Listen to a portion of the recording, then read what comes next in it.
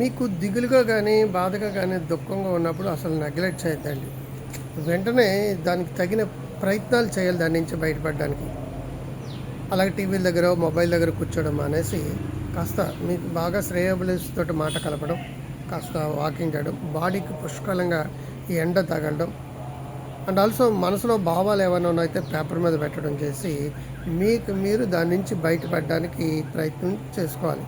అలా కాకుండా కొన్ని రోజులు, కొన్ని వారాలు, కొన్ని నెలలు అలాగ విషాదంగా, బాధగా, దుఃఖంగా మీలో మీరు కూడిపోతూ మనశ్శాంతి లేకుండా ఉంటే డెఫినెట్గా మీకు ఏదో ఒక సైకలాజికల్ ప్రాబ్లం, ముఖ్యంగా యాంగ్జైటీ లాంటి ప్రాబ్లం కానీ, డిప్రెషన్ లాంటి ప్రాబ్లం కానీ, ఇంకా అదర్ వేరే ప్రాబ్లమ్స్ కానీ ఉండడానికి ఛాన్స్ ఉంది. కాబట్టి ఇమీడియట్గా మీరు ఏం చేయాలంటే ఒక సైకాలజిస్ట్ని కన్సల్ట్ చేసి ఇది ఎంతవరకు నాకు హాని జరుగుతుంది, ఎంతవరకు నేను బయట రావడానికి వీలవుతుంది, దానికి ప్రొఫెషనల్ హెల్ప్ కావాలంటే ప్రొఫెషనల్ హెల్ప్ అడగడం అనేది సిగ్గుపడకూడదు.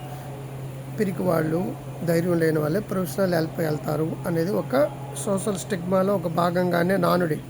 ఎవరైతే ధైర్యవంతులో వాళ్ళే సైకాలజిస్ట్ని కలిసి ఆ కౌన్సిలింగ్స్ కానీ మరొకటి కానీ తీసుకోగలుగుతారు. ఒక చొరవ వల్ల డేంజర్ అనే డిప్రెషన్ నుంచి డైనమిక్గా మారడం వీలవుతుంది.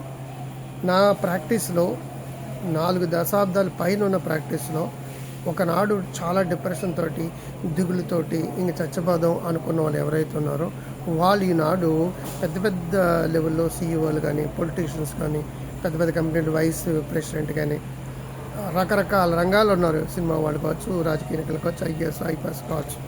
అంచేత డిప్రెషన్లో అలా ఉండిపోతే 5 నుంచి 10 ఏళ్ళు పెట్టేస్తుందండి. మీరు డిప్రెషన్లో ఉన్నారని మీకు తెలియకుండానే 5-10 ఏళ్ళు గడిచిపోతాయి.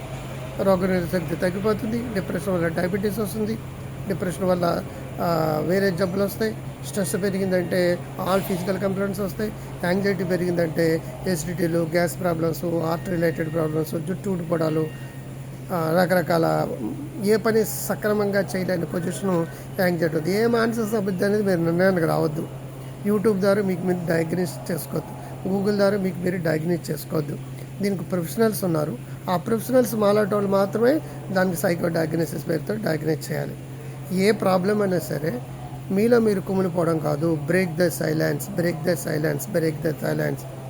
చక్కటి ట్రీట్మెంట్ పద్ధతులు ఉన్నప్పుడు మీకు మీరు కుమిలిపోయి మీకు మీరు ట్రీట్మెంట్ ద్వారా, మీ సెల్ఫ్ ట్రీట్మెంట్ ద్వారా తగ్గించుకొని వాళ్ళని చిన్న చిన్న ప్రాబ్లమ్స్ ఓకే, పెద్ద ప్రాబ్లమ్స్ అలా కంటిన్యూ చేస్తే అది ముదిరిపోయి మీ జీవితాన్ని సర్వనాశనం చేస్తుంది. Grow healthy wealthy wise doctor Kranthikar app అని డౌన్లోడ్ చేసుకోండి. బై.